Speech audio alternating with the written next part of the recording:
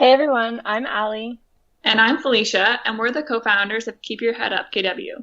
Our organization's mission is to improve traumatic brain injury recovery, including concussion, through a community based platform providing education, empowerment, and social connection. So today we're going to talk about one of the segments that we have launched on our Instagram at Keep Your Head Up KW called TBI Through the Eyes of Others. Through this series, we aim to share insights from members of an individual's circle of support following a concussion.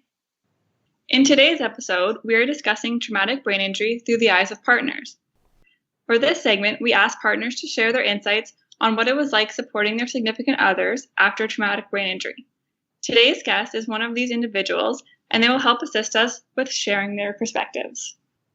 So all of this information is taken directly from our Instagram segment, which can be found on our Instagram page, and it is directly from the words of the partners that we interviewed.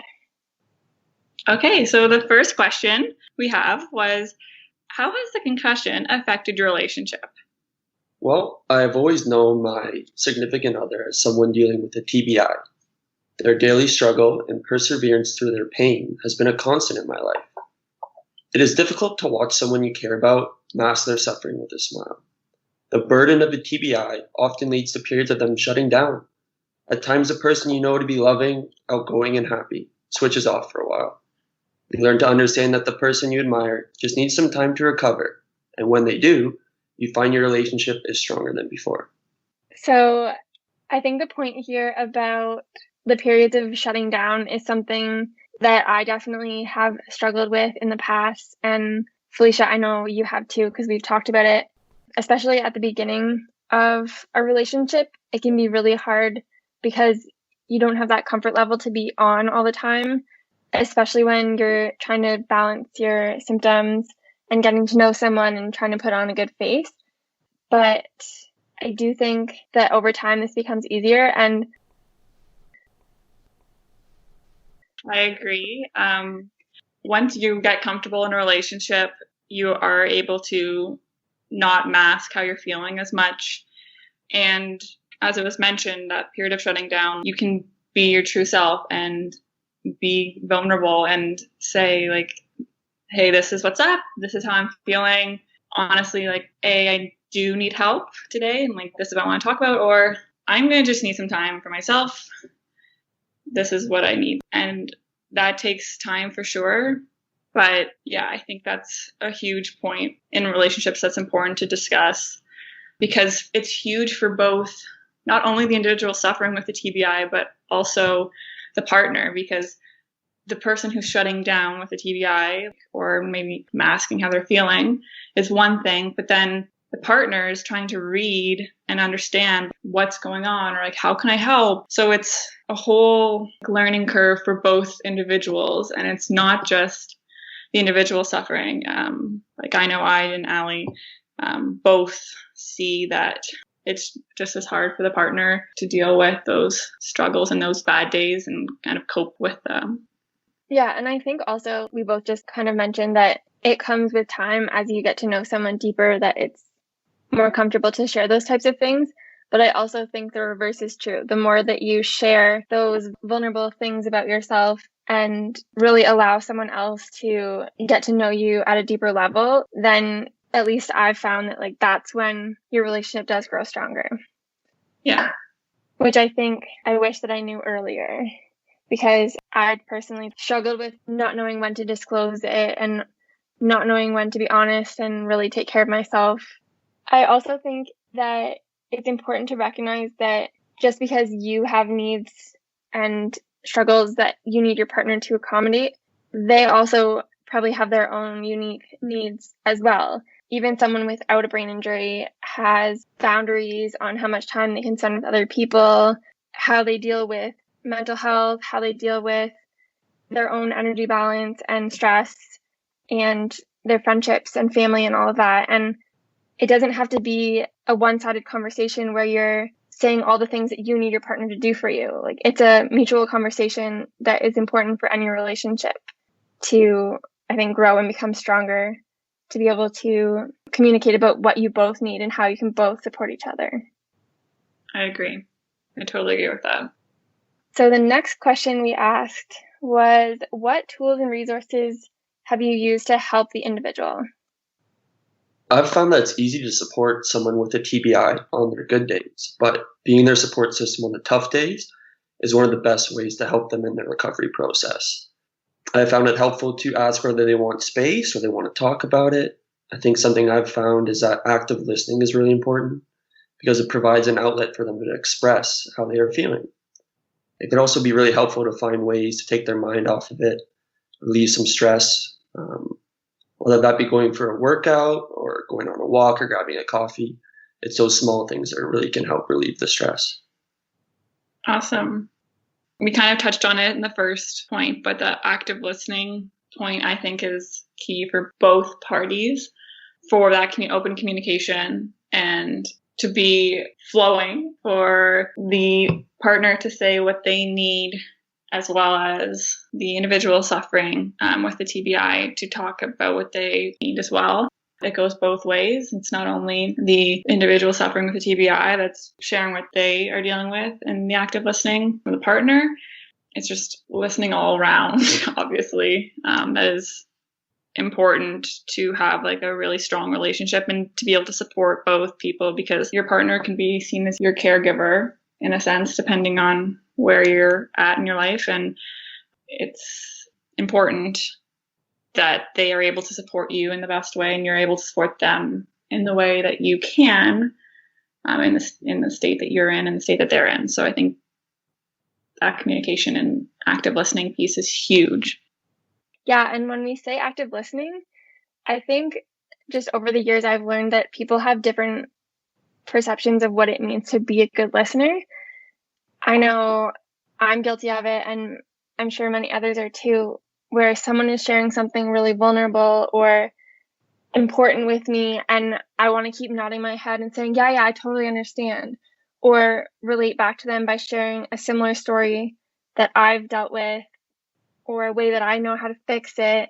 And I know that when I'm the one sharing and trying to seek support, I hate when people do that, because to me, it doesn't feel like they're really listening to me, and I don't get a chance to think and process how I'm feeling out loud.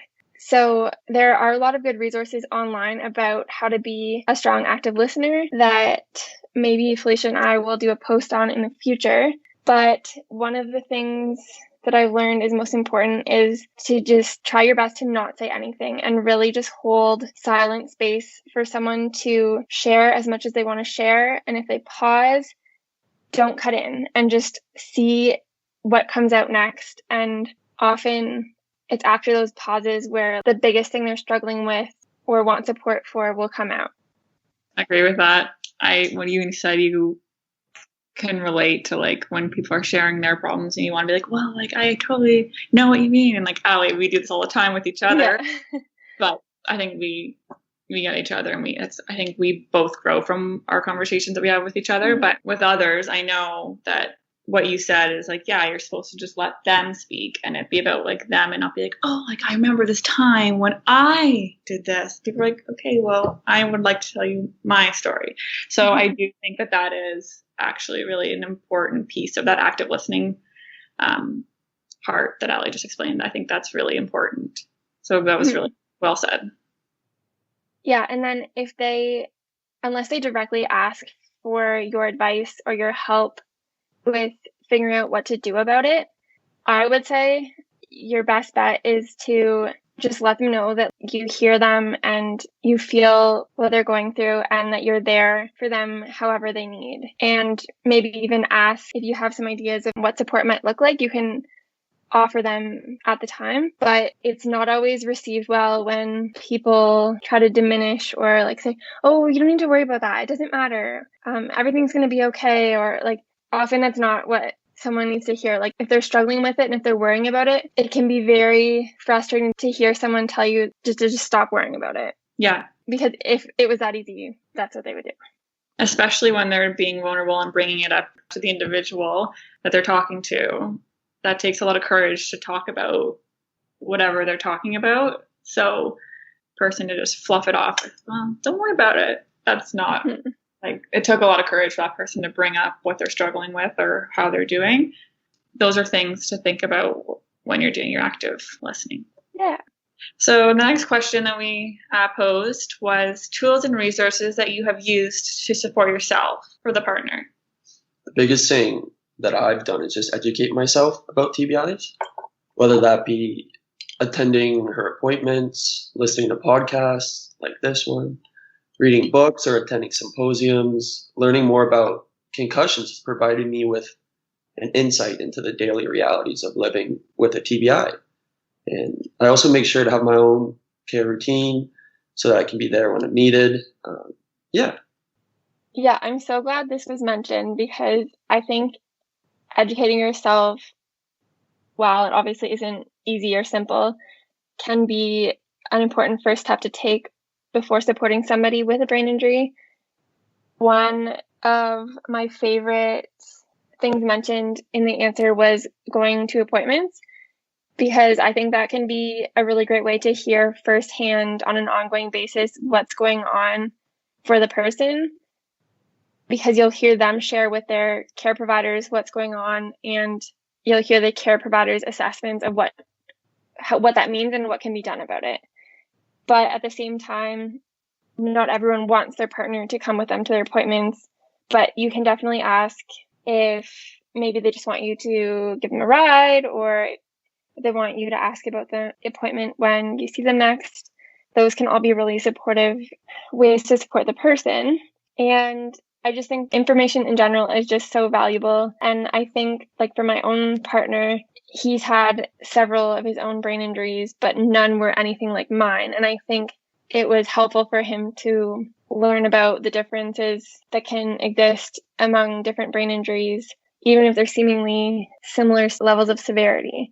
So I really love the idea to educate yourself in order to support someone else. But I think the most important point from this question is having your own self-care routine. I think so many times it's easy to just talk about all the things that someone with a brain injury or any other health issue needs from other people. But when we forget that the people supporting them are people too, with their own needs and struggles, they need to be taking care of themselves before they can take care of anyone else. The saying, "you can't pour from an empty cup," is so true. Yeah, like you took the words from my mouth and summarized them for me. That was great. But yeah, the self-care routine, or just doesn't have to be like a self-care routine, just what you're doing for yourself in that time, like, is important, because as Allie mentioned, like, your partner might be your caregiver, and depending on like the severity of your TBI, your caregiver's partner, like, you need time for yourself as well, and that's important. So make sure you make that time for yourself as well, because you are just as important. Don't forget about that. Yeah. You don't have to be their everything. And if that means connecting them with other people that can support them while you take care of yourself, that's okay. It's also important for you to see your friends and keep doing the things that keep you. That you need. Yeah. Yeah. Okay. And the final question we asked was, has knowing someone with post-concussion syndrome changed your view? Yeah, absolutely. I mean, it's really opened up my eyes to the severity of a TBI. And I think just on a daily basis, the determination that my partner has shown in her life to overcome the daily impact of her TBI, I find that really inspiring. It's led me to appreciate the inherent toughness of people affected by TBIs. And it's helped me to see that the same injury can have very different effects on different people. Yeah, I think that's important. The piece about how TBIs and brain injuries in general affect everybody differently. That's huge. I think that's so important to talk about and to be noticed. What I experience is different from what Allie experiences. What's different from Johnny down the street experiences. It's different for everyone. And that's really, like I said, just really important to, no one case is the same, no symptoms and all that. Yeah. Yeah, I just really appreciate the caregivers, partners that we've had the opportunity to talk to, because one of the things that a lot of people who have experienced brain injuries have in common is how frustrating it is that no one understands what it's like, because it's an invisible injury and because it's so different and because it can vary so much on an hourly, daily basis. So the fact that there are so many amazing caregivers and partners out there that do get it without having to go through it themselves and take the time to get to know it and be advocates for those who can't speak up for themselves. Just for any partners, any caregivers that are listening, the support that you provide doesn't go unnoticed, and it means so much. Mm-hmm. Yeah. And again, like we said with the friends one, like same to our partners, say it day in, day out, every minute if I could, like everything that you do for us doesn't go unnoticed, and all the support and all the good days and all those bad days and all those grumpy days and all those really, everything in between, like you are always there for us and like our rocks. And it means a lot to us to have, our strong support systems behind us. And I honestly don't know what I would do without them. So, yeah. So thanks everyone for listening. If you'd like to learn more about Keep Your Head Up, you can follow us on our Instagram at Keep Your Head Up KW, or find us on Facebook at Keep Your Head Up. If you have any email inquiries, we can also be reached by email at info@keepyourheadup.ca. We'd love to connect, chat. We support anything. We've had a couple people reach out to us and we've just chatted with them. It's great. And both Allie and I benefit from those kind of conversations as well. So please don't hesitate to email and Facebook message us, at Instagram direct message us, connect with us in any way, because it helps us just as much as it will help you. So we appreciate it. And we're looking forward to our next podcast, which will be coming out shortly. Thank you. HeadChock Health bridges the gap in concussion care through simple, powerful technology. Join organizations like Canadian Football League, Trek Factory Racing, the Canadian Junior Hockey League, Eastern Washington University, and Volleyball Canada, who rely on HeadCheck to improve communication and optimize care. Visit headcheckhealth.com for more.